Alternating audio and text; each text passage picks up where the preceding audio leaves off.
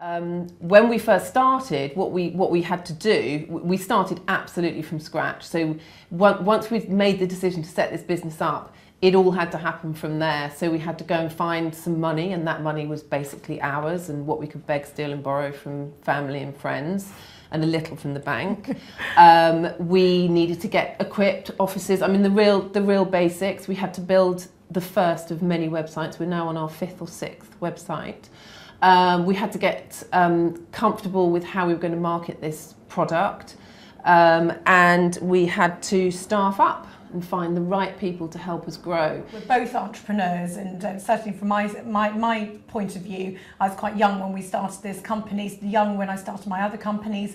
I believe that the energy that young people have, the optimism, the not accepting no for an answer, the driving force, and the fact that, you know, maybe we're slightly more worn down now. I'm glad that we were 6 years younger when we started this business, and I think that young people have a huge amount.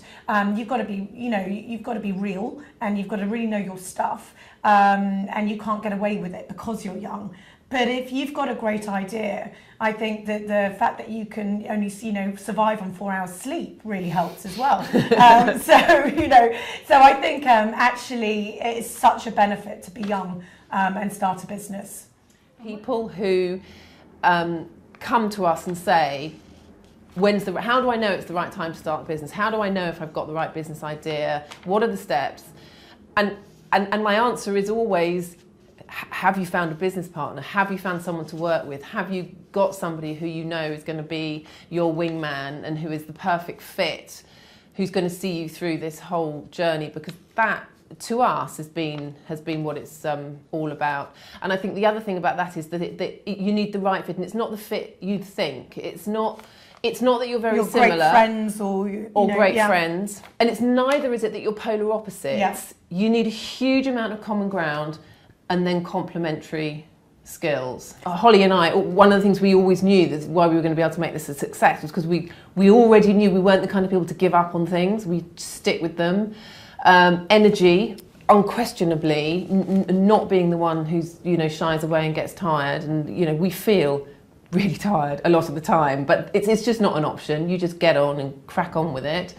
I think the whole notion of lateral thinking, being solutions driven, creative thinking, when things get challenging, you just get, I mean, it's not, you know, the expression when the tough gets going gets tough, tough get going is fitting, but it's more than that. It's not just about being tough, it's about relishing the opportunity to solve problems and come up with an answer when nobody else could. In terms of raising finance for startup businesses, it is, you know, there's two things really. One, we very much feel that there is support out there, but the main thing and our advice would be that you must have an idea and actually get it off the ground.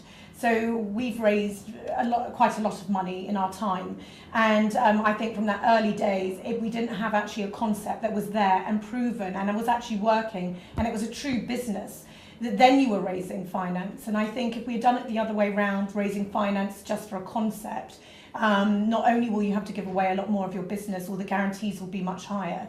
So I think that is, you know, the real advice. But there is always money for a great idea.